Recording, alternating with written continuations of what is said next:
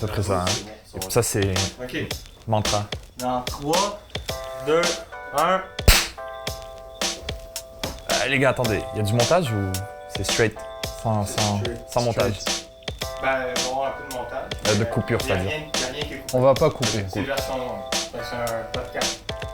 C'est ça. Joe Rogan style. C'est parti!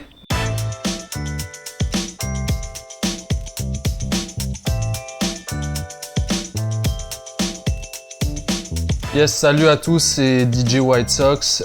Aujourd'hui, je suis très heureux de recevoir un poids lourd dans le rap québécois. Il est à peu près actif depuis maintenant plus de 10 ans. Il a fait énormément de choses pour la scène. Il a côtoyé la scène francophone, la scène anglophone. C'est un DJ producteur, comme on faisait à l'ancienne. Et j'ai vraiment l'honneur de recevoir aujourd'hui Dr Mad pour Rhapsody. Quel éloge! Yes, Merci. ça va mec? Ouais, il manque le... On rajoutera des sound effects. Yes, On va avoir un clavier MIDI avec les... Tu sais, comme dans Tout le monde en parle. yes, ce serait nice. Ce serait nice. Comment se sont passés les derniers mois? Qu'est-ce qui se passe avec toi? Confiné. J'ai vu que tu lisais beaucoup. Ouais, les premières semaines, les 2 premières semaines étaient difficiles. Surtout que je terminais mon baccalauréat. C'était difficile de faire l'école dans un sous-sol. Ouais. Blanc, sans rien, sans décoration, sans rideau à la fenêtre. C'était fou. Parce que c'est le sous-sol de chez ma mère où est-ce que je passe 2-3 jours et puis... Et à force de prendre l'habitude de parler à ses potes sur vidéo, Messenger, etc., c'est devenu une nouvelle habitude. Ouais. Mais après, en côtoyant les gens après confinement, qui te posent encore la question comment ça va, comment tu t'en sors? Je dis bien. Et je pensais que tout le monde s'en était moyennement bien sorti. En tout cas, les artistes aussi, parce que tu sais, on est très occupés, nous, enfermés à faire notre musique ou, dans mon cas, à étudier et puis à lire. Donc, j'ai pas vraiment vu le temps passer. Hein. Ok. On est déjà au mois d'août, c'est incroyable. Ouais, De ouais, ouf, ouais. ça passe vraiment, vraiment vite. Moi, j'ai un petit peu le même sentiment que toi, là. Au début, c'est difficile, mais moi, je l'ai pris comme une belle opportunité pour me concentrer sur certains trucs. Bien sûr. Et tu sais, parce que quand t'es pas dans la cafette de l'école, t'as pas besoin de convaincre tous tes potes de ouais, il faut que j'aille à la bibliothèque, il faut que je me tape ce texte de 30 pages. Il y a un truc pour ça, hein. Ne pas avoir d'amis. Ça fonctionne. Waouh. T'as, Venant du handshake expert, handshake expert. je fais référence à une fois tu parlais, je sais pas si tu parlais d'un Heartbeat Montreal, tu disais que c'était le festival du handshake. Oui, Je sais pas si tu te bien rappelles. sûr, je l'ai dit souvent ça. Ouais, Ben oui, c'était... Ken Lo appelait ça le jardinage collectif. ouais. Ça devait être une autre manière de dire la même chose. Mais c'était fou, Heartbeat, c'était hey, ça va, c'était un rassemblement politique presque. Ouais. Alors c'est qui qu'on va élire aujourd'hui? Ouais. Tu sais, c'était... C'était une grosse communion, Ça une manque, grosse ça. messe. Ouais, une grosse messe. Et un gros messe. Voilà. On peut le dire, on peut le dire. Si tu permets, Madi, j'aimerais ça on n'a jamais vraiment parlé de tes débuts. Si tu permets qu'on en parle un petit peu. Ouais. Parce que là, tu commences depuis quelques années à vraiment prendre ton envol avec Voyage Fantastique, avec les projets qui marchent quand même un petit peu mieux, Fly Ladies, etc. Les collabs avec Ken Lo, une grosse légende. Mais toi, dès le départ, je pense que tu étais un DJ producer. Comment est-ce que tu as commencé et d'où te vient cette conception du producer DJ? Parce que c'est très old school comme mentalité, c'est pas aussi évident. Longue histoire courte, secondaire 3, secondaire 4, j'ai envie de commencer à produire de la musique faire de la musique. Je voulais apprendre un instrument, mais c'était cher à l'époque d'avoir des cours privés, etc. Ma mère qui m'a dit c'est la GameCube ou les cours. J'ai eu aucun des deux au final. Ouais. Et quelqu'un qui me passe une copie de Fruity Loops 6. Et de fil en aiguille, j'ai appris à composer par moi-même tout seul. Copie craquée ou... Évidemment. Ah, Hey, t'as 15 ans, 16 ans. bien sûr. Et je crois que j'ai jamais acheté une copie à ce jour. J'ai une copie légale en ce moment, mais on m'a donné c'est un cadeau. Et puis, donc la composition, avoir des amis qui sont dans le rap, c'était vraiment quelque chose qui s'est fait naturel, sans ambition. C'était aussi, on est là en 2008, 2007, 2008, le rap c'était vraiment mauvais. Les beats, j'étais pas un gros fan. Donc à ce moment-là, j'ai fait un retour, j'ai redécouvert les 90s, ou j'ai découvert les 90s puisque j'étais trop jeune pour m'intéresser à ça. Et j'ai découvert l'art du sampling. Moi, à la base, j'étais très West Coast. My first love, c'était la G-Funk. Snoop, Dre, Quick, Battle Cat. Mais ça, c'est de la composition. Après ça, j'ai découvert l'art du sampling. Ouais. Et après, j'ai redécouvert ce qu'on appelle l'art de l'interpolation. Jouer des compositions West Coast basées sur des disques des années 80, 70.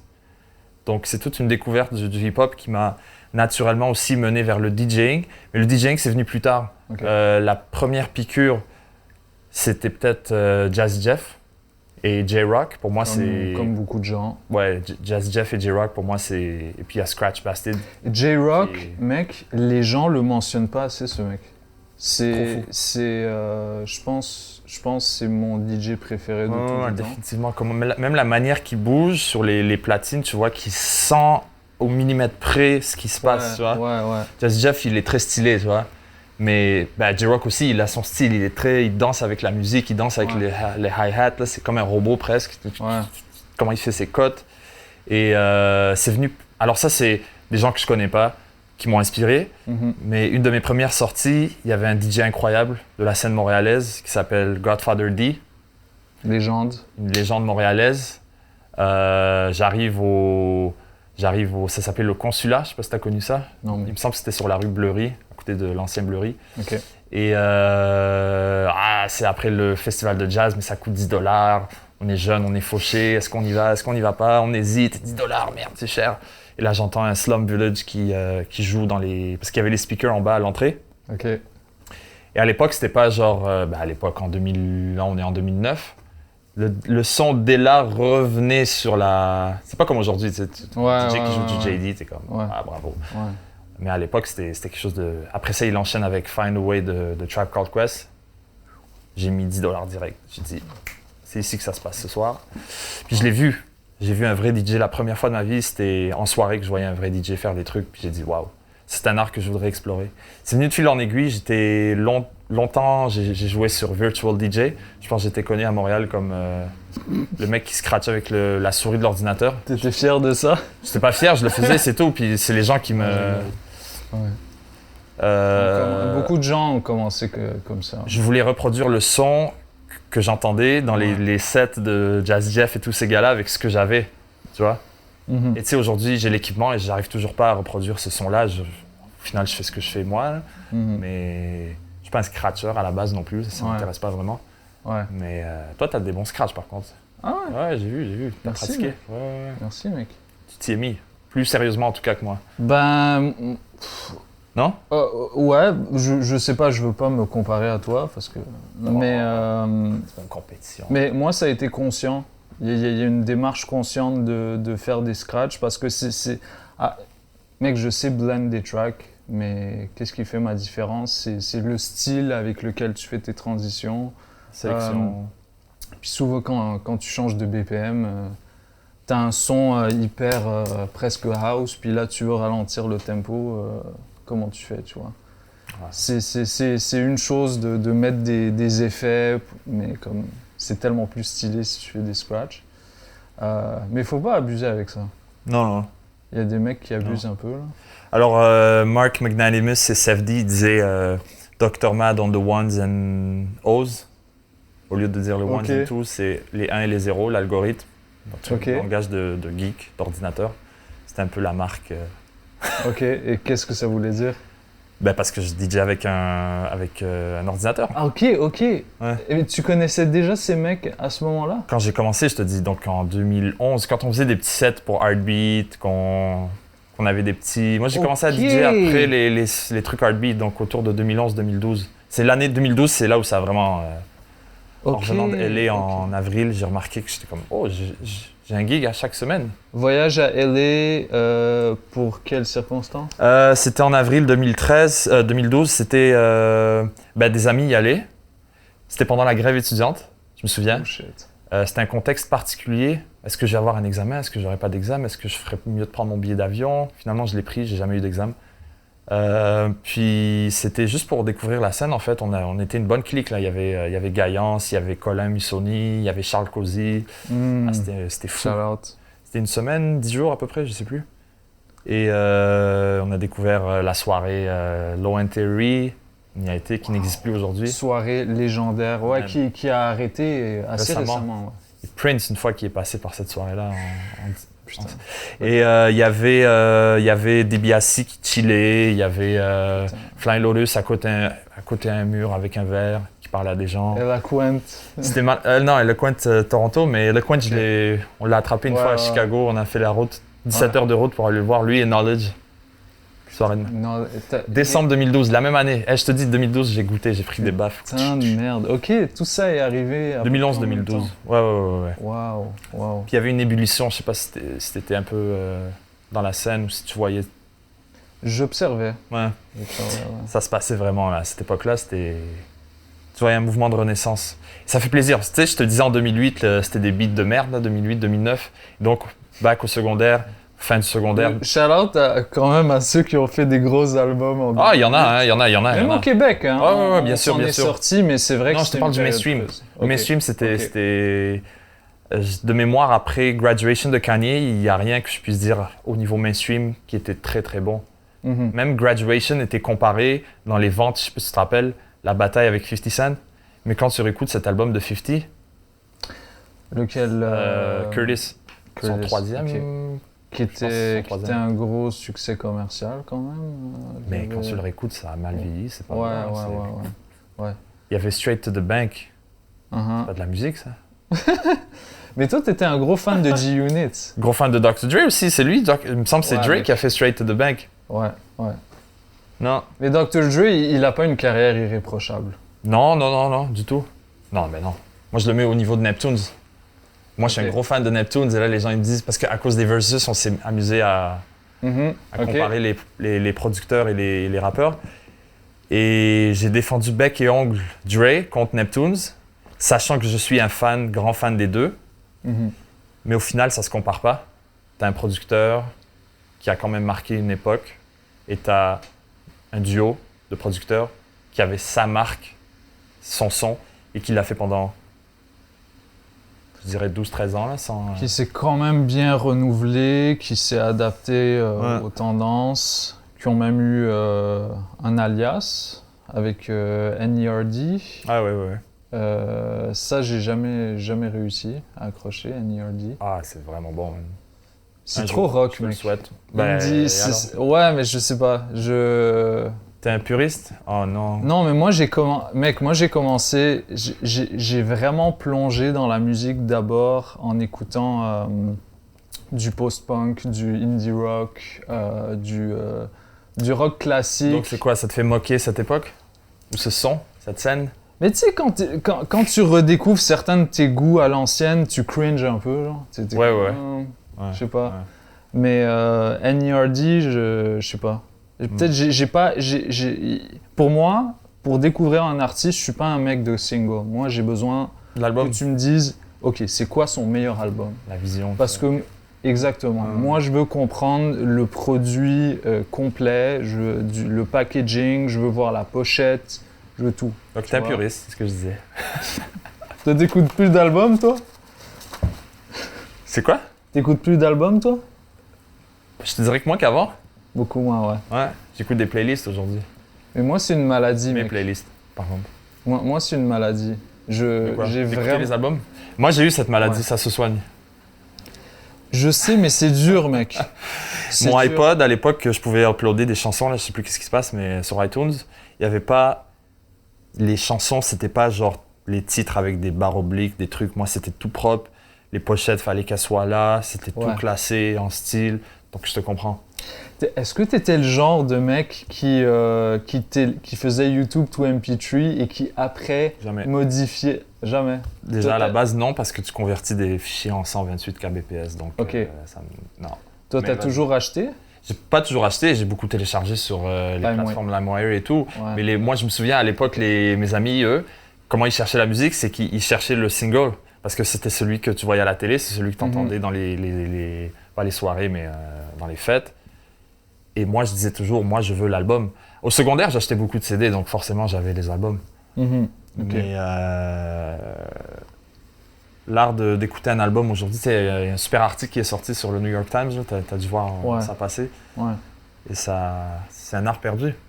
Ouais. Surtout en période de pandémie. C'était par rapport à la pandémie qui parlait. Ouais. Mais tu sais, je suis pas non plus le genre de mec qui va se coucher dans son lit avec ses gros écouteurs. Tu sais, moi, j'ai quand même besoin de faire quelque chose en même temps. Mais ça, c'est le. Tu sais, ce qui m'a beaucoup aidé, c'est d'avoir une émission. T'es Mec, sûr, t'es quand obligé t'as- d'être. Voilà, tu as une certaine pression. Ouais. Puis j'imagine Wallapie, il C'est passe son exactement ce que temps à j'allais dire. écouter de la nouvelle musique. Ce qui est cool, ça lui donne une discipline et. Ouais, ouais.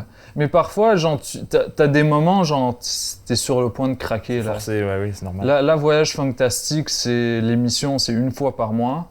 Ouais. Mec, j'imagine que là, il... Ben, bro, avant c'était chaque semaine. Imagine la charge de travail. Ouais. C'est fou, là. Ouais. Fou. Et que de la nouvelle musique. Jamais il a joué deux fois une même chanson. C'est Et fou. là, la prochaine émission, il est rendu à 199, la prochaine. Non, c'est le 200e le prochain. Le prochain? Il a déjà 199e, c'était cette semaine. C'était la dernière? Ouais. Donc je suis en décalage? T'es sûr? Je- Non, il a fait l'annonce qu'il arrive à 200. Ah, pardon, ok, C'était ça le ok, piège. ok, ouais, c'est ça. Ça me fait C'est stresser. Mon coloc, quand même. Justement, parlant de Wallap, shout out Wallapeno, ce mec, c'est quoi son meilleur surnom? Petit Chris le Il faut savoir que Petit Chris le Tabarnak, monsieur rappait à l'époque, Wallapi, la sommité du funk à Montréal, rappait comme un petit énervé. faisait du breakdance aussi. Ouais. Mais ouais. tu l'inviteras là, t'en parleras. moi je suis là. chaud, hein.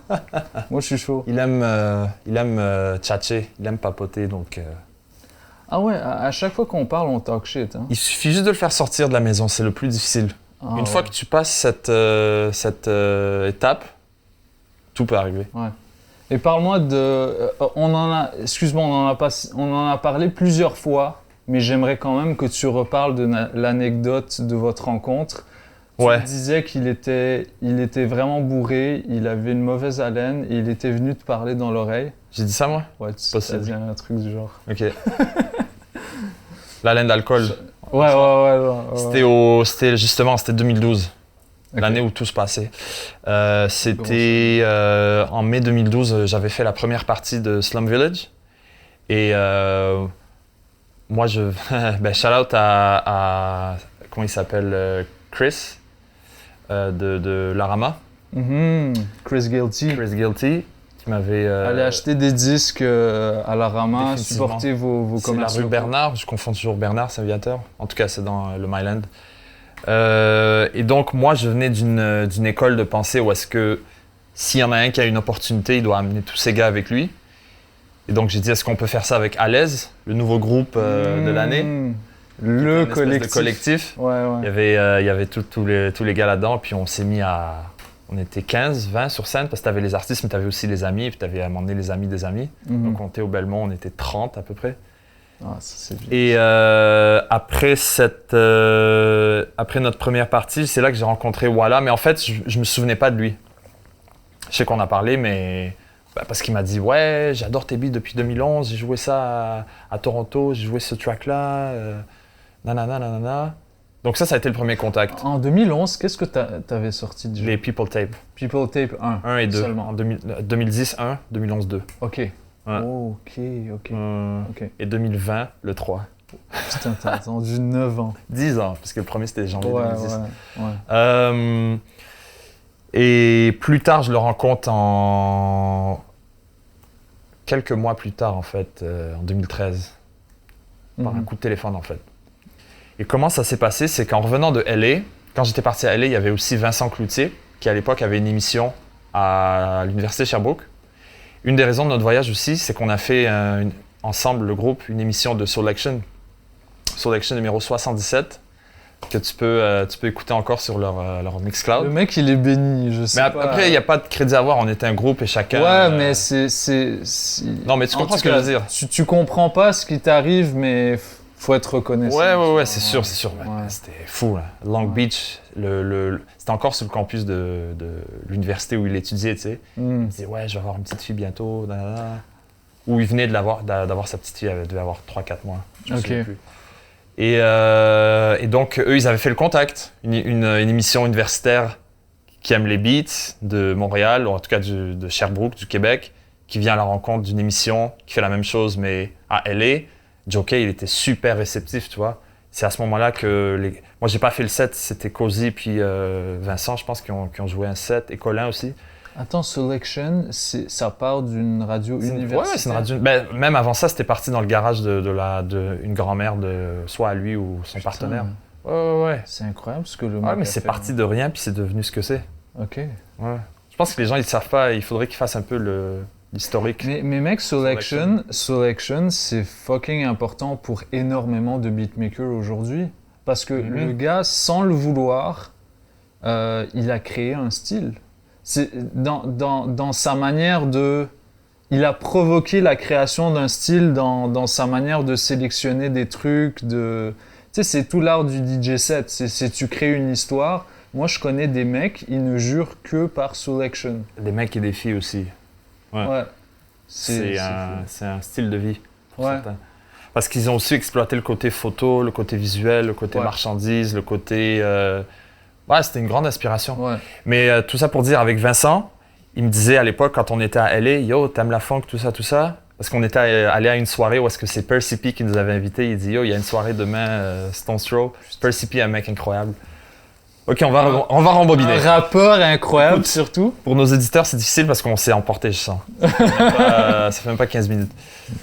On est dans le line-up de Low End Theory à Los Angeles, la soirée de beats. Et il y a un mec qui vend des mixtapes. Je dis, mais qui fait ça encore aujourd'hui? C'est hors de question qu'il n'y aura pas un sou de ma poche. Et le mec, c'est Percy P. Je fais, oh shit! Je connais, parce que Madlib, forcément. Il a fait un album avec Madlib. Ce que j'ai apprécié de ce qu'il faisait, c'est qu'il venait pas juste pour dire, yo, voilà ma mixtape, donne-moi l'argent, je te donne la mixtape. On a eu une conversation au moins 10-15 minutes. Et il prenait le temps d'avoir cette conversation avec chaque personne qu'il croisait. Première chose qu'il dit, il dit, je sais pas si vous connaissez Stone's Throw, j'avais un t-shirt Stone's Throw en dessous de ma chemise. J'ai fait, boum, commence à parler et tout. Et finalement, il vendait un album, son album remix de Madlib. C'est Madlib qui avait fait tous les beats. Et je me souviens que j'ai pris une copie. Je sais qu'Aïcha, je pense qu'elle avait même pris une deuxième pour l'offrir à Ketra, parce que c'est un gros fan de Madlib, Ketchanada. Et il dit, ah ouais, venez de Montréal, tout ça, tout ça. Il dit, demain, il y a une soirée, demain, jeudi soir, à tel endroit. Prends l'adresse, on y va, c'est un peu mystérieux, il fallait rentrer par la porte de derrière, tu sais. Et quand je rentre, il y a Percy P qui me dit, what's up, il est entouré de 6 femmes, avec ses potes et tout, ça chill. Et ça joue de la grosse funk, que j'ai aucune idée si c'est des années 80 ou si c'est le futur. Parce qu'il y avait Dame Funk à l'époque, qui avait un peu déjà mis les sons modern funk. Et j'ai dit, waouh, il faut une soirée comme ça. Vincent me dit, j'ai un gars à Montréal avec qui il faut que je te mette en contact. Ce gars-là, c'était Wallapi. Donc on s'est rencontrés au mois de mai, avril, mai, un mois plus tard. Mais je ne savais pas que c'était de lui qui parlait.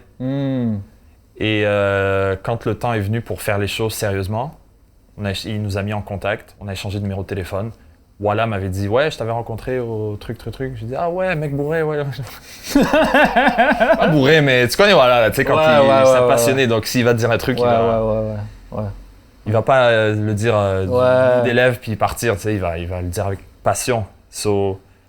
Assez pour que tu t'en rappelles et que ça te marque l'esprit, hein. Mais à chaque fois que je croise ce gars, je me dis, tu sais, c'est tout le temps à la radio.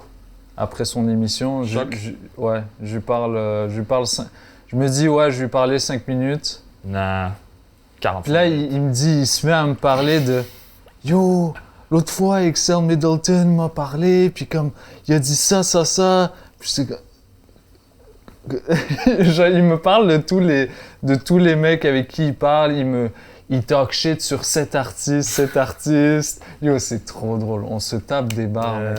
On se tape des barres. La déconnade. Et c'est un mec qui, malgré tout, est extrêmement hip-hop dans sa manière, dans ses codes. Totalement. Dans ses codes par rapport au DJing, par rapport à sa manière d'aborder les artistes, de mettre en avant leur musique. C'est hip-hop de A à Z, mais c'est moins ça qui joue. En tout cas pas Voyage Fantastique. Ben, c'est sûr. Mais je te jure qu'à la maison, le rap, ça y passe. Surtout là, il a acheté une boombox. Il apparaît récemment pas une boombox, mais une espèce de radio. Il ressort toutes ses vieilles cassettes dans des boîtes à chaussures. Wow. Ah, ça, c'est la mixtape de Scott C, il m'avait donné ça. Ça, c'est Manzo. Ça, c'est Pro V qui avait fait ça. C'est cool, man. Ouais. Franchement, là. Ouais. Puis, ouais.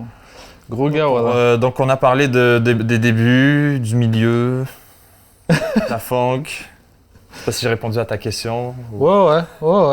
Et puis, bah, parle-moi justement de la connexion avec Excel Middleton. Ça a dû être un bon moment. Ouais, c'est sûr. Je sais plus Walla qui t'en parlerait, en fait, dans les détails. Parce que c'est lui le relationniste, on va dire. C'est le mastermind c'est clair. de tout ce truc. Ouais. De tout ce truc. Ouais. Tu sais, même moi, si je veux connecter avec un artiste, même si, oui, je fais partie de Voyage Fantastique, tout ça, je vais quand même passer par Walla. Tu sais, pas plus tard qu'hier, je lui ai proposé une idée de remix et j'ai dit, parle aux artistes. Parle pas en mon nom, mais parle vraiment au nom de. On veut faire un truc au nom de Voyage Fantastique si ça les intéresse. Moi, je vais être le gars qui va le faire, tu sais, c'est pour un remix. Mais c'est vraiment le. C'est beau, man, c'est beau à voir. Tu crées des connexions comme ça. Là. Et moi, j'ai remarqué, parce qu'on a fait 2 tournées en Europe ensemble, mais lui, il a continué par la suite quand moi je suis retourné aux études.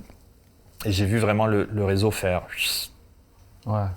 C'est cool, man. Ouais. Surtout que c'est une scène qui est comme entre le underground et le upper ground. Et donc, les gens sont réceptifs, ils sont cool, ils sont gentils, ils sont pas là pour se prouver quoi que ce soit. Hein. Ouais, c'est une petite légende. Le gars. Hey, merci de nous accueillir dans ton décor, c'est cool. T'as vu ça? Ouais. C'est beau. Il y a même des films. Où ça? Juste Ah là. ouais. C'est quoi? Il y a Le Monde. Les Rois Maudits. Il y a Fight Club. Ah ok. Bah ça, c'est tout. C'est que des films que mon père a analysés pour ses séminaires. Nice. Il fait des séminaires d'analyse de films. Psychologue ton daron? Ouais. Temps plein. Temps plein, mec. On est chez lui, là. T'as pas le choix là. Puis il y a même le dictionnaire 93. Yeah. Que toi t'étais pas né. Ouais, mec. 95. Team 95. Vas-y, on prend un mot au hasard. Juste pour voir si Ok. y a des trucs qui ont changé. Des trucs sexistes aujourd'hui, tu sais, genre... Ouais, ce genre de truc. passe. Ce genre de truc. Ouais, Franc-parler. il y a Ça existe totalement- plus, ça. Franc-parler, ouais, c'est vrai. Absence de contraintes ou de réserve dans la façon de s'exprimer. Ça doit plus exister dans le 2020, ça. Ce mot-là. T'as quand même du franc-parler, toi. J'essaye. Difficile aujourd'hui de pas blesser Plus les que gens. la moyenne. Ça se peut. Je dirais, il y a certains... J'allais dire, mais voilà, puis on a encore plus. Ah ouais, ouais. Mais c'est lui qui m'a appris, en fait. Ok, ouais, Pas appris, mais mis à l'aise, on va dire. ouais. Vous parlez de... vous parlez de politique, vous parlez de quel sujet On parle de tout. De tout, ouais. Tout. Parce que... Surtout le groupe chat aussi avec des potes. On a un petit groupe chat. Ben, petit, maintenant on est une trentaine, mais Ok. c'est des endroits où est-ce qu'on se permet de parler de certains sujets sensibles et de se consulter avant de dire une bêtise publiquement ou de C'est faire bon, un ça. post ou un tweet un peu C'est déconnecté, tu sais. C'est bon, ça. Ouais. Surtout aujourd'hui, parce qu'il y a comme une... Il y a une pression de prendre position dans l'instantané, puis de... Tu sais, il y a des vagues de mouvements dont on se sent quand même solidaire, mais Je t'écoute plus là, je suis en train de penser à franc-parler parce que on voulait en parler.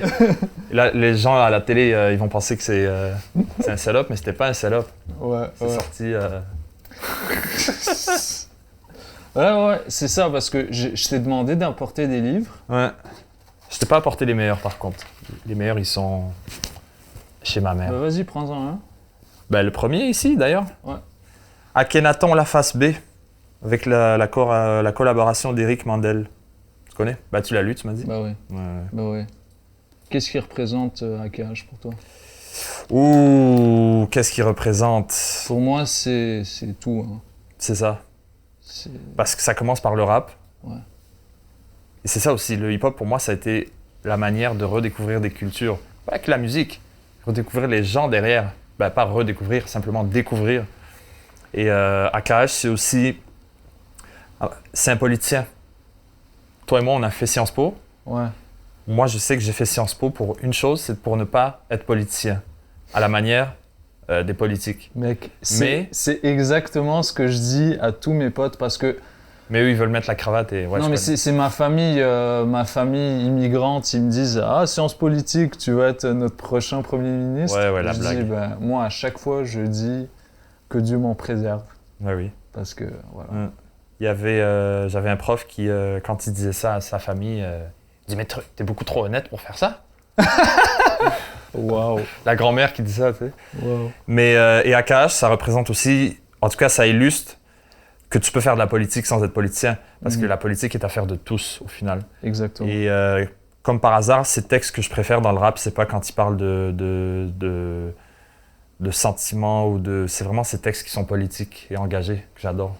La fin de leur monde, le track de 10 minutes. Ouais. Plus que Demain c'est loin. Je trouve que Demain c'est loin, c'est un collage d'images. Alors que La fin de leur monde, c'est percutant, tu sais. C'est wow! Il faut que tu fasses pause, que tu réfléchisses à ce qu'il vient de dire. Parce que c'est d'actualité. Ouais, ben, Demain c'est loin, c'est micro. Ouais, peut-être, ouais. C'est la caméra à l'épaule avec ce qui se passe. La fin de leur monde, c'est macro. Et moi, je suis plus macro. Ouais, t'as raison. Quoique non, les deux, mais le macro, je pense que c'est très important aussi. Ouais. Pour comprendre les phénomènes de société. Mais tu peux pas comprendre les phénomènes de société sans comprendre ce qui se passe sur le terrain aussi. Donc c'est un peu une balance. Mais tout ça pour dire que les textes d'Ayam et d'Akhenaton, c'est ceux qui sont politiques. Et ce qui est particulier avec ce livre, c'est que c'est spirituel, c'est politique, c'est hip-hop aussi, évidemment. Ses voyages à New York, ses voyages ses périples à Marseille, sa galère aussi quand il a commencé sa carrière, quand il a quitté l'école. Lui, il avait déjà une carrière aux États-Unis avant les années 90. Apparemment, ouais. Tu parles du premier morceau, ouais.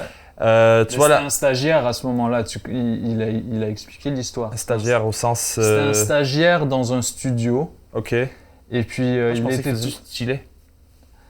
Et je pense le surnom c'était parce qu'il était chill et un peu toujours relax, tu vois.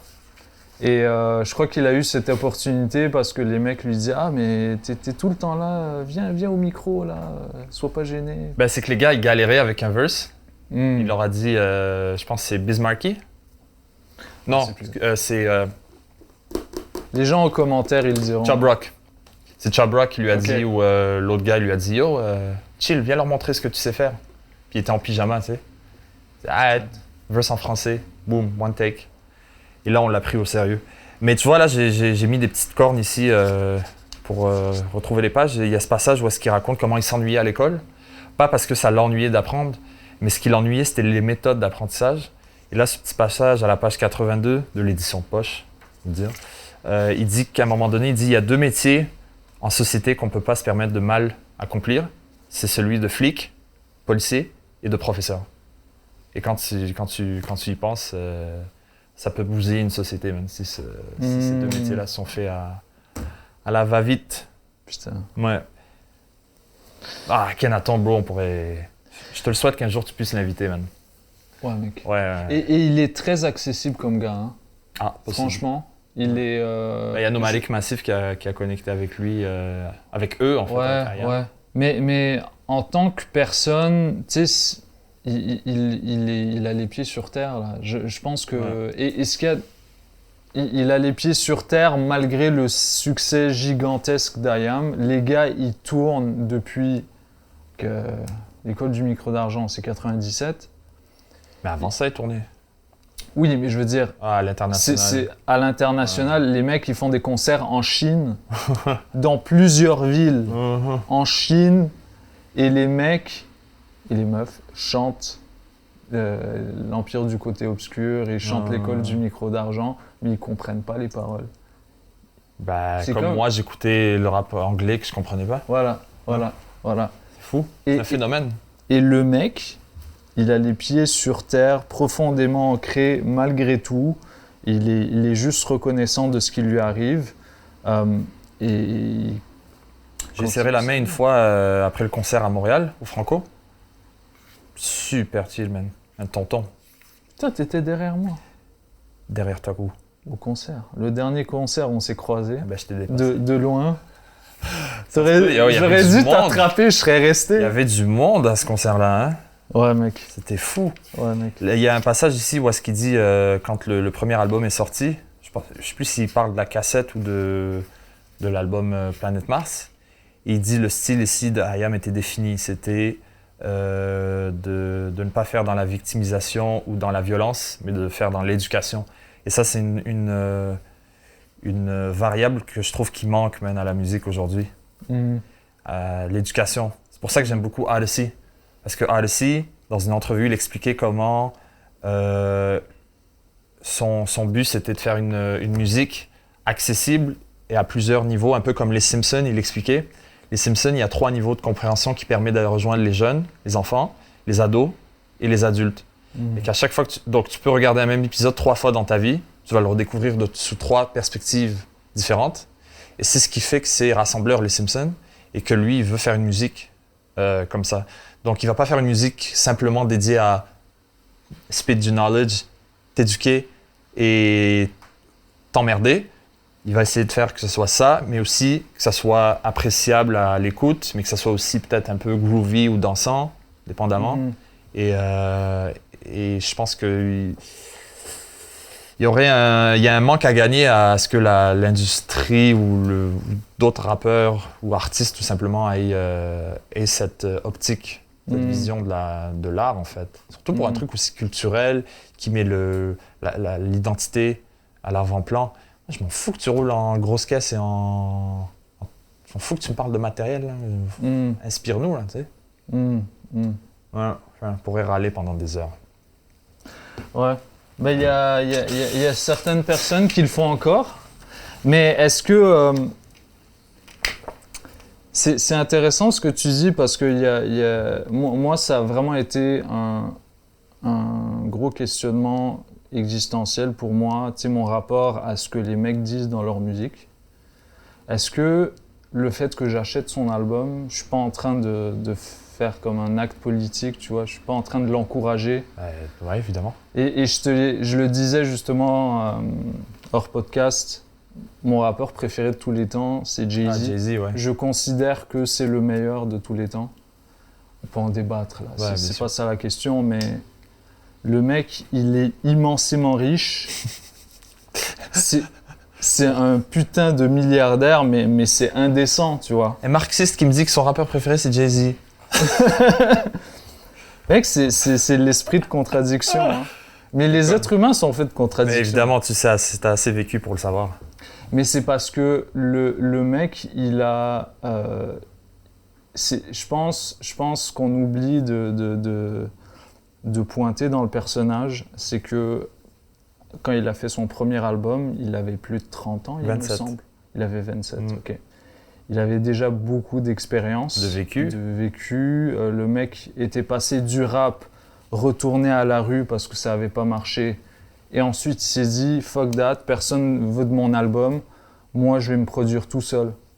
Ouais, l'ambition que ça prenait pour faire ça à l'époque. Ouais. Et puis, cette maturité-là de l'expérience, il l'a retransmise dans sa musique. Évidemment, il y a le côté mafieux, par-ci, par-là. Il y a le côté Biggie aussi, qui venait de mourir. Il y a New York n'a plus son roi. Je sais pas si c'est de la mythologie, tout ça, mais c'est vrai que c'est possible que que Ouais, c'est quand joué. t'es en crise, tu prends cherches plus le de Messi. recul. Ouais. Tu retournes à lui. Mec, regarde ça. Nice. Je l'écoute pas souvent, ça. Ça, c'est... Steps Qu'est-ce to que the ça peak. représente pour toi? Ça, c'est mon premier projet officiel, je dirais. Ça représente beaucoup de choses. Ouais. C'était la première fois que je faisais un album physique. On est en 2013, donc on est encore un peu dans le hype de cette renaissance en 2011-2012 de la beat scene. Avec Heartbeat. Avec Heartbeat Montréal, avec tout ce qui se passe aussi, Selection au niveau international. Ouais. Il y avait Darken and Wax aussi. Il y avait plein de petits labels qui commençaient à se faire découvrir à ce moment-là. Et ça, c'est le premier projet où est-ce que j'ai collaboré avec un rappeur d'origine australienne qui a vécu à Toronto et qui s'est installé à Montréal, du nom de C, C-E-E. Et ce qui est drôle, c'est qu'on s'était rencontrés des années auparavant sur un blog, sur kevinnottingham.com. Je sais pas si tu as connu ce blog-là. Ah, c'était fou ce blog. Ce qui faisait Ils parlaient de beaucoup de trucs sur ce blog, mais ils avaient une section Original Samples qui te permettait de download, admettons, l'album de De La Soul. Mais plutôt que ce soit l'album de De La Soul, c'était les samples utilisés. Et tu avais entre parenthèses la chanson de De La Soul. Et ça, là, pour moi, ça a été une grosse redécouverte. Hein, parce que je te disais, je redécouvrais l'art du sampling et tout ça. Donc, je tombe sur ce site. Et là, j'ai découvert Mos Def, tout ce qui était samplé sur le Mos Def, de la Mobb Deep, Tribe Called Quest, Talib Kweli, Mais Reflection ça, Eternal. Tu sais, c'est super intéressant que toi, un DJ, beatmaker qui a étudié en droit, m'en parle. Parce que... Et qui a un t-shirt Sumi. Ouais, c'est hyper intéressant. C'est quoi ton rapport au sampling? C'est quoi ton expérience par rapport au sampling? Parce que, bon, évidemment, on est en contexte québécois, les enjeux financiers, s'il y a des problèmes, c'est pas les mêmes. Mais vas-y. Si tu te fais pas attraper, c'est pas un crime. Ok. Non, mais ce qui fait le crime, c'est pas le fait de l'accomplir, mais le fait de se faire. En droit, t'as pas un cas de conscience ou un truc? Je suis devenu plus piqué avec ces affaires-là, c'est sûr. Ok. Réflexe oblige. Que ce soit des amis, que ce soit moi-même. Mais ça t'a pas corrompu tes études? Non, pas du tout. Non. Parce que l'idée de propriété intellectuelle dans le rap, c'est fucking touchy. C'est touchy, on peut en parler, mais je te donne un exemple. Je sors un beat tape en juin 2018. Il y a un morceau qui est récupéré par un espèce de blog qui fait des... Je sais pas si tu as connu... C'était quoi déjà ce blog? God's Connect? T'as connu ça? Non. Il prenait des beatmakers comme Knowledge. Mm-hmm. Des trucs soulful, dark. Et ils faisaient des clips de leurs beats préférés avec des trucs de cartoon super rares et tout. Mm-hmm. Et le mec a fait ça. El Famoso, je pense que ça s'appelle. Quand même connu ce truc. Et il reprend un de mes beats et il l'associe à un dessin animé, fait un clip, environ 1 minute 20 ou 2 minutes. Il met ça sur Internet et là je vois mes plays aussi qui font ça pour cette track en particulier qui s'appelle Tatooine. Et quand ce truc-là, je l'ai vu, j'ai dit waouh, j'ai pas dit quelle belle œuvre d'art, j'ai dit waouh, quelle belle couche superposée de violation de droits d'auteur. Parce que c'était moi qui samplais un truc, donc première violation, lui qui utilise les cartoons, deuxième violation, et troisièmement qui me demande pas mon avis, qui fait juste prendre le beat et qui met le truc sur son channel YouTube. Ce qui est cool, je vais pas me plaindre puisque ça m'a renvoyé des plays et même des achats. Donc là, il y a de l'argent qui passe. Et donc là, tu te dis, shit. Mais bon, c'est à plus petite échelle. Et quand je te disais, ce qui fait le crime, c'est le fait de se faire attraper. Ouais. C'est un peu l'aspect underground qui a animé la culture hip-hop. Faire des graphes. Ce qui rendait ça passionnant, c'était de faire des graphes sur des milieux improbables de manière illégale et avec l'excitation de ne pas savoir si je vais me faire attraper ou non. Ouais. Et le sampling, c'est un peu ça. Ouais. Mais aujourd'hui, c'est devenu avec l'intelligence artificielle, les technologies, l'Internet, c'est devenu de plus en plus risqué. Là, tu as Madlib qui se retient de lâcher des albums, alors qu'à une certaine époque, Kevin Nottingham se faisait harasser par Stone Throw pour il y avait l'album de Mad Villainy, en version sample. Mm. Et Stone Throw interdisait ça. Tout ça, c'était avant Who Sampled, hein? Ouais. Et pourquoi? Parce qu'il disait nos trucs sont pas... Stancio disait nos trucs sont pas légaux, donc on veut pas se faire attraper. Mais toi, aujourd'hui, est-ce que tu parlerais des samples que tu as utilisés? Genre, si un mec, juste, qui est sincèrement curieux, Ouais. qui est intéressé par la toi, musique, Toi? moi ou quelqu'un d'autre, OK. m'a dit yo, trop cool ton beat, c'est quoi le sample? Ben, Ça je te le dis m'intéresse. pas, va te faire foutre. Tu me le dis pas, ok. Déjà, à la base. Ok. C'est ça aussi le...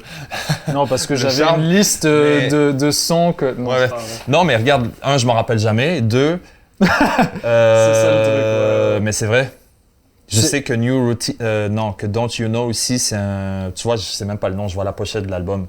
C'est vraiment bon, c'était un album jazz, je me souviens plus. New Routine, c'était un groupe genre The Silvers, une affaire de même. Another Day. Ils viennent se. Another Day, s'auto-snitch. c'est One Way. La track, j'ai aucune idée, mais je vois la pochette de l'album. When the Chips Are Down, je vois la pochette, je vois pas le nom, ni le groupe. Dear Life, je m'en rappelle plus. I Know, je m'en rappelle plus. Hello Montreal, je m'en rappelle plus. Donc, Hello Montreal, c'est un. c'est pas comme Wallapi, là, il va te dire, ouais, c'est le break de en 1976. Ouais, parce que c'est un. Bah, il est pas beatmaker. Il était. ben Il oui. était. Ouais, non, mais il l'est. Ah, ok. Ouais, t'inquiète, il est sur des gros coups, là, je vais pas t'en parler. Ok. Ouais. Ok. Salutations pour leur travail distingué. Sensen, Heartbeat, NBS, MDG, Nomadic Massive, Pace Play, je sais même plus c'est qui. Ah ouais. Pace Play, c'est Toast Dog. Ben oui. Dead Obies, Booty Bakery avec Phil, Sparks et tous Ouais. ceux qui ont fait fructifier avec accent aigu au lieu de E. Wow. À leur manière, cette petite scène morée, à l'aise. T'as compris? À l'aise. À l'aise. À l'aise qui était le groupe. Enough Respect en désordre, Aisha, Boré, Charity, ST, Liam, Fruits, Tapi, High Class. Des gros noms, hein. Ouais, c'était l'inspiration. Giant Ty Lotus. Fait longtemps, man, j'ai pas dû toucher à une pochette de cet album-là depuis au moins 4-5 ans. Ah, peut-être, ok, 3 ans. Mec, j'avais envie de te poser une question sur le beat que t'as fait pour Giant Ty. Il n'y a pas de drums dessus. Ouais. C'est quoi? Et alors? Première fois t'entends ça? Non, c'est clairement pas la première fois. Uh-huh. Mais ça vient de Madlib. Ouais, clair. Ouais. Ouais. Parce que tu sais, t'es au courant qu'il y a une grosse résurgence du boom bap. Ah ouais? Mais genre un nouveau style, les mecs mettent pas de drums. Ouais. La vraie histoire, c'est que j'étais chez lui, chez Lotus, Mhm. et on s'est tapé une discussion d'à peu près 8 heures, 9 heures à peu près non-stop, c'était fou. Normal. J'étais venu pour écouter son album, justement. Ouais. Non, celui qui sortait juste avant The People. Et on se fait une écoute de beats. Je dis, ah tiens, j'ai enregistré ces démos J'avais juste loupé des trucs. J'avais pas produit rien. Et je lui ai joué ce son-là. Il m'a dit, oh, envoie-moi ça. Hein. Je dis, ok, ben c'est pas vraiment fini, nanana. Mais il dit, ok, mais envoie-moi le wave. Puis finalement, je trouvais que ça sonnait bien comme ça. Mhm. Mais c'est vrai qu'il y a une résurgence de ce son-là, là, sans drums. Après, pourquoi pas. Hein. Parce que RZA faisait ça Ouais. déjà à l'époque. Mais les codes ont changé, hein, donc Ouais. c'est normal. Mais là, il y a comme une systématisation de. Une branche. Pas une systématisation, mais une... Non, mais dans cette branche-là, Ah, ok. comme c'est systématique, genre le sample doit être captivant Ouais. suffisamment pour pas mettre de drums. Et il y a des mecs comme Nicolas Craven à Montréal qui font ça de leur vie. C'est drôle parce que Smithy Bakali, Ouais. il m'a envoyé une playlist qu'il a faite, que c'est juste des sons comme ça, sans drums. Il m'a ajouté comme contributeur Mhm. et non pas comme contribuable. Qui, et je crois qu'il a viré la moitié des sons que j'ai mis, mais ça, c'est une autre discussion. Quoi, il y a un drum, il n'y a pas de drum, c'est un drum. Mais ouais, pourquoi pas, non? Ouais. Knowledge aussi, c'est Madlib et Knowledge et Della aussi, sur Donuts, qui a beaucoup Ouais. fait ça. C'est Ouais. devenu une mode. Faut poser sur ce que tu as envie de poser. Ouais, c'est ça. C'est ça.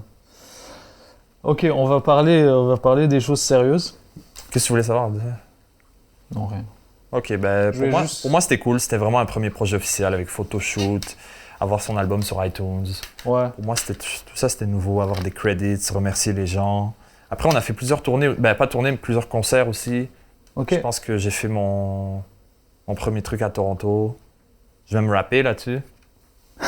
Ok, j'allais pas le dire. T'allais pas le dire, mais bon, à quoi bon cacher? Très inspiré par la 501, moi, MC Solar. MC Solar. À l'aise, pour moi, ça représentait comme l'équivalent de la 501 20 ans plus tard. 15 ans plus tard, 20 ans. Ok. Et ouais, c'est ça. Ok. Tu t'emmerdes pas? Ça va? Il y a des gens derrière aussi. Hein. Shout out à Further. Shout out à l'équipe. Yes. Parle-moi de ça. Oh, Frantz Fanon! Frantz Fanon que j'adore.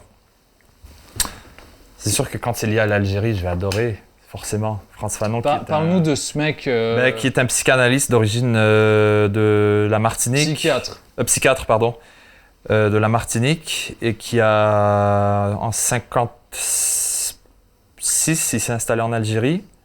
Il a pratiqué à l'hôpital de Blida, ville où ma sœur est née d'ailleurs, et ma grande sœur.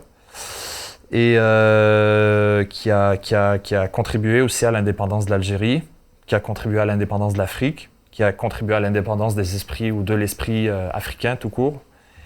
Et de tous les peuples noirs. de tous les peuples noirs, effectivement. Ouais. Et puis ce qui est particulier, évidemment, c'est que récemment, on a eu une chronique de Christian Rioux sur Le Devoir, qui a beaucoup fait couler d'encre et qui a fait parler. Et que basically, le fond de son propos, c'était que les Haïtiens ne devraient pas se considérer comme noirs. Et, puisqu'ils se sont constitués en nation. En tant que nation, la première nation indépendante noire du monde, je pense. Il a surtout dit que les gens, le mouvement Black Lives Matter, parce que c'était ça la comparaison qu'il voulait faire, se réfugiaient dans une idéologie racialiste. C'est pour dire que parler de racisme, c'est une idéologie, donc c'est mal. Ou tu peux la combattre. Ouais.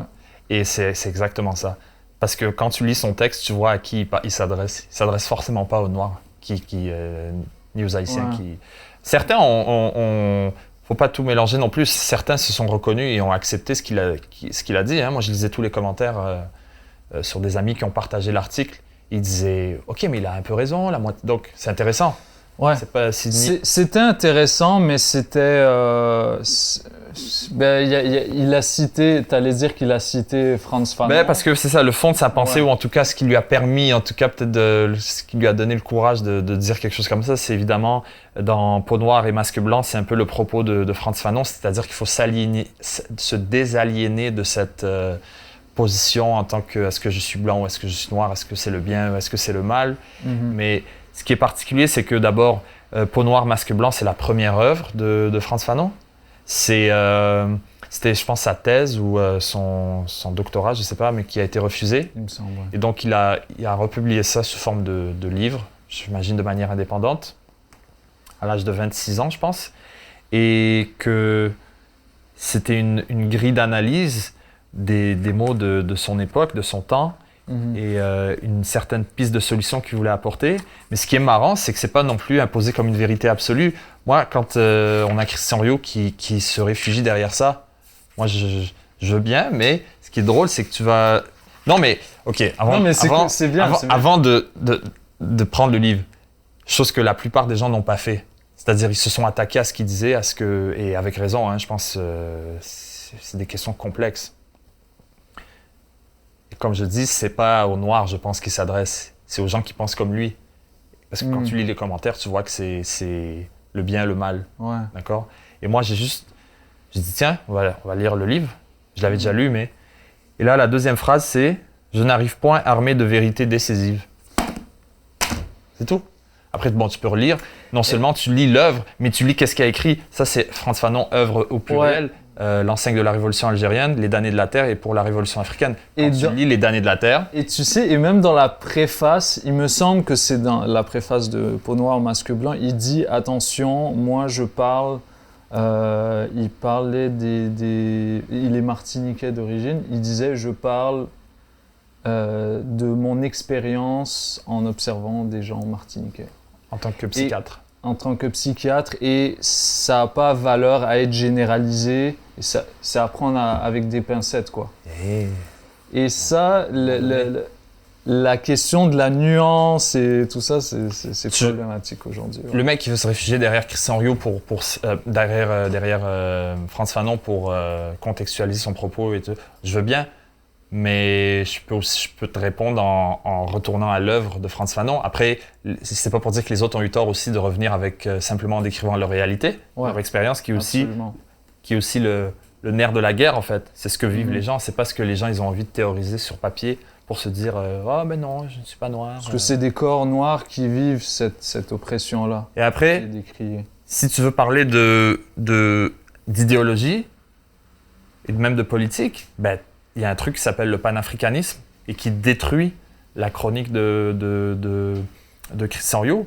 Et Frantz Fanon n'a jamais dit qu'il était panafricaniste ou il n'a jamais utilisé ce mot dans ses œuvres, mais sa vie, les voyages qu'il a fait en Afrique, notamment au Ghana, c'est exactement sous l'idéologie du panafricanisme, c'est-à-dire l'union du continent mais aussi des diasporas. Le panafricanisme, c'est né dans la diaspora, c'est pas né en Afrique, contrairement à ce qu'on voudrait... contrairement à ce qu'on pense.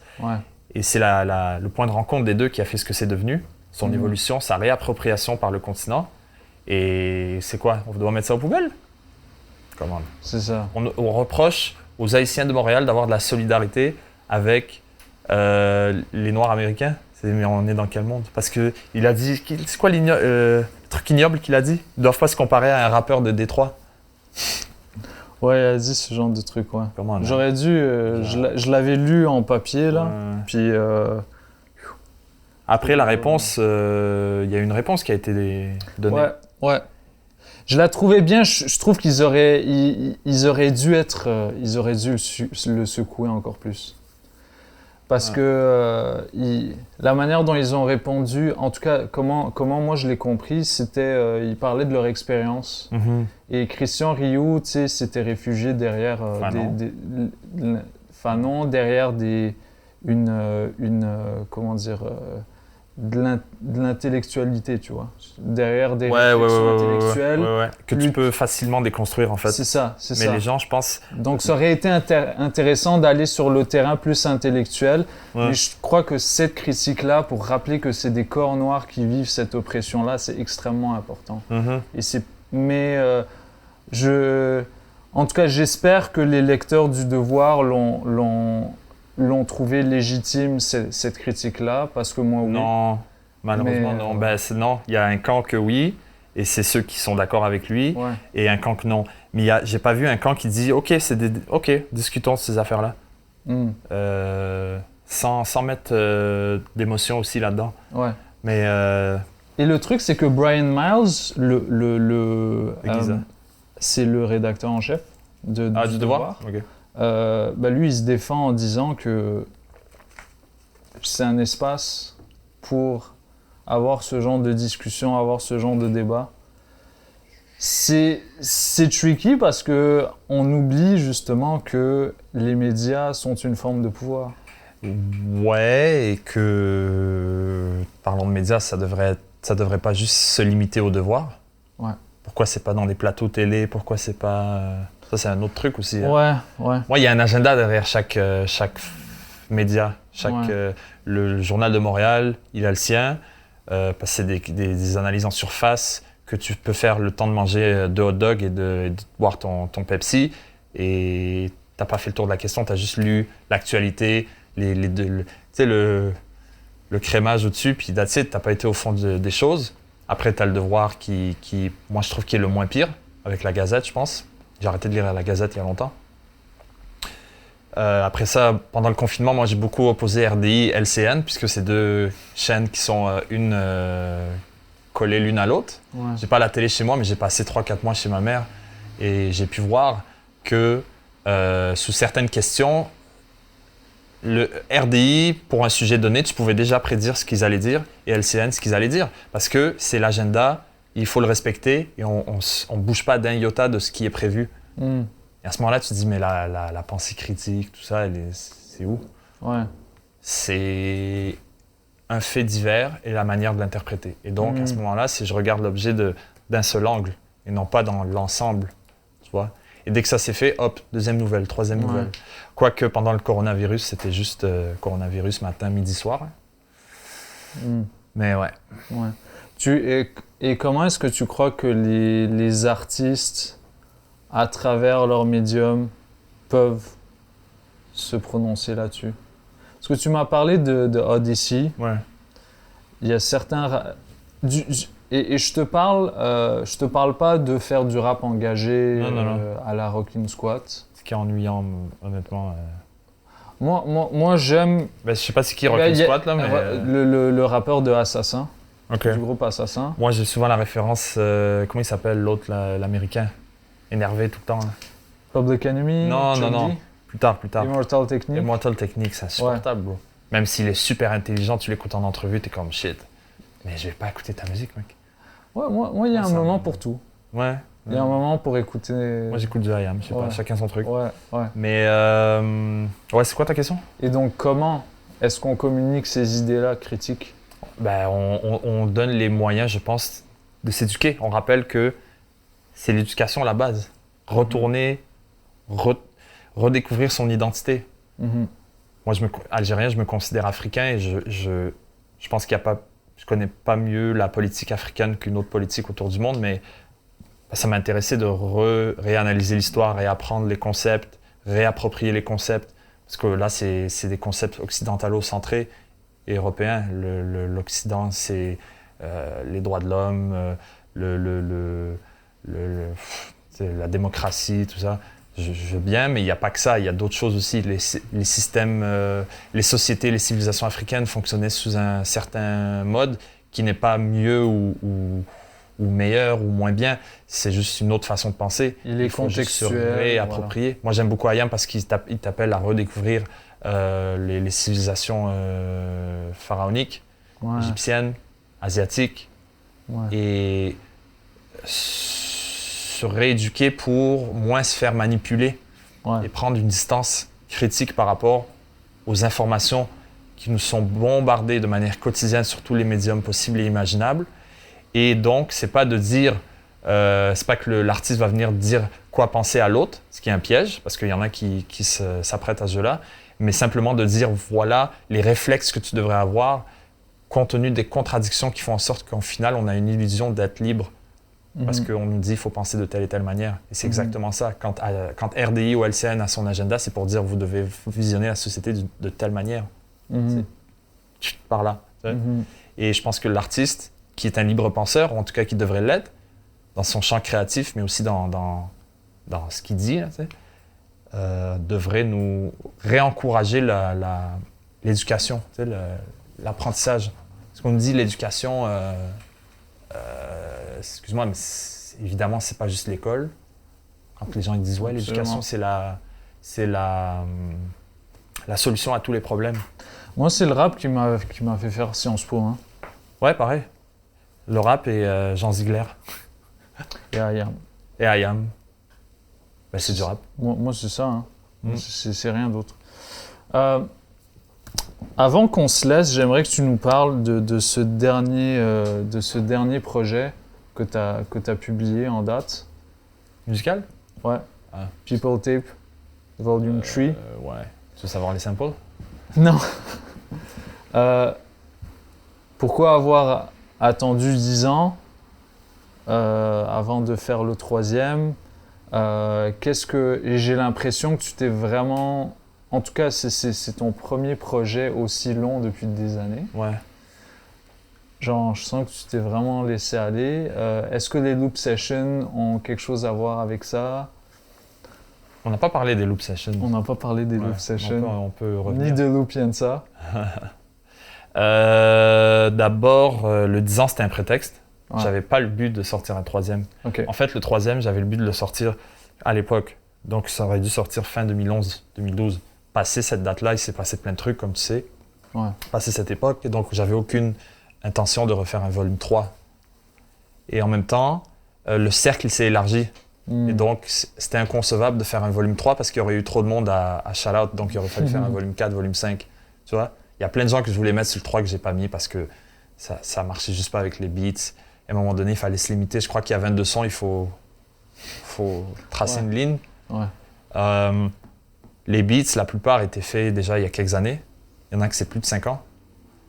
Jazz Tapes, qui est un shout-out à Think Twice, qui a été pour moi une révélation ici au Canada. Il a vécu à Montréal, mais il est de Vancouver. C'est un producer incroyable qui a lâché des albums au Japon, qui était pote avec nous, Jabez, tout ça. Pour moi, c'est comme wow.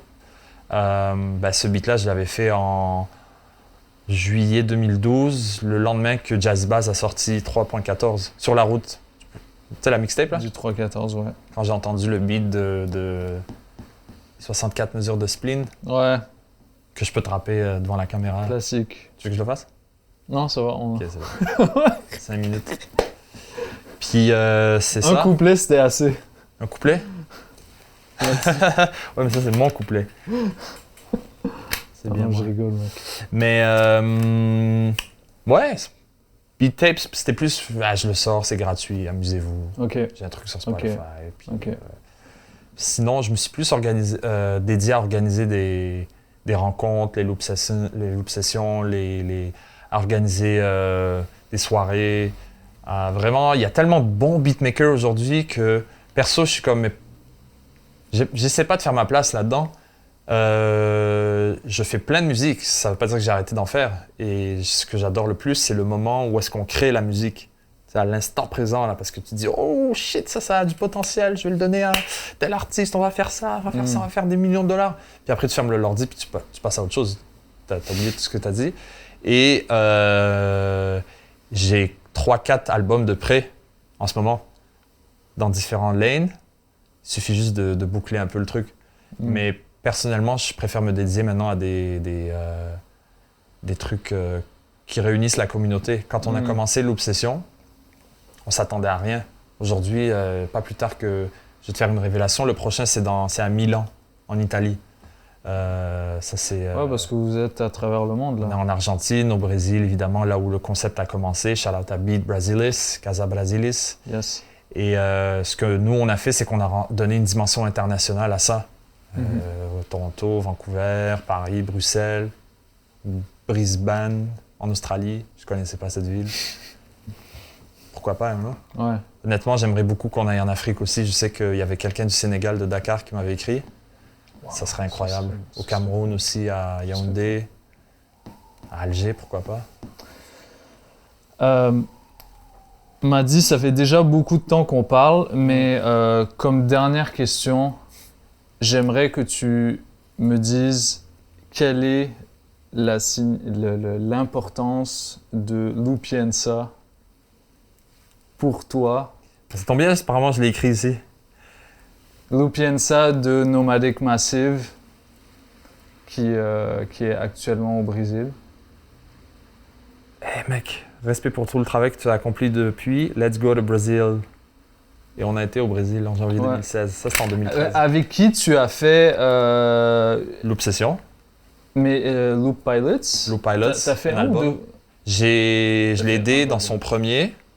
C'est ça, lui c'était en solo, et puis après vous avez moi qui formé étais le derrière duo. un peu pour l'aider à boucler ça, puis après on a rendu ça officiel. Et là l'idée c'est d'en faire un troisième et de rajouter en fait une personne. Ouh. Et on sait déjà c'est qui et tout, donc il faut juste se poser. Nice. Là c'est un peu difficile avec la distance, c'est sûr. Ouais. Mais Loop Pilots qui est sur Spotify aussi. Donc Lupienza, que tu as rencontré au... non, dis-moi. T'allais dire No Bad Sound, Code des Nomad Neiges? Sound, mais avant, c'était ton prof. C'était mon prof d'école, mon prof d'anglais au secondaire. Ouais. Et quand on voulait faire le spectacle de fin d'année de rap, il était dans le jury. Et c'était extrêmement mauvais nos auditions.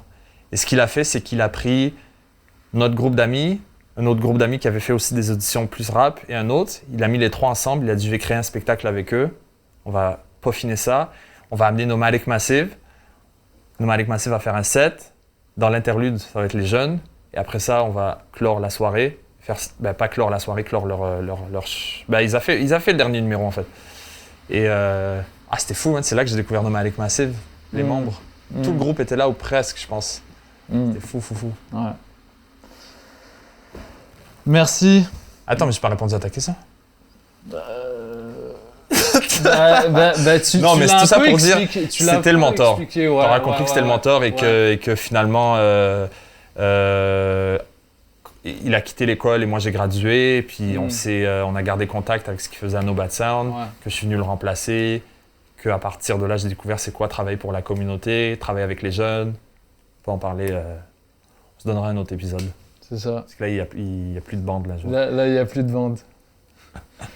Yes. Merci, Dr. Mad. Ah non, il faut donner le point parce que c'est pandémie. Excuse-moi. Obligé. Yes. D'ailleurs, ton masque. Faut la refaire avec le masque. Yes. Nice. Hey, sérieux? C'était parfait. C'était vraiment beau. Ouf, fait chaud, hein? Ça passait vite, hein, moi aussi. Oui. Ouais, j'ai pas vu le temps passer. Ça fait combien de temps? Puis, Ça passe vite. 1h30? 1h30. 1h30? 1h20, Damn. 1h20, 1h20.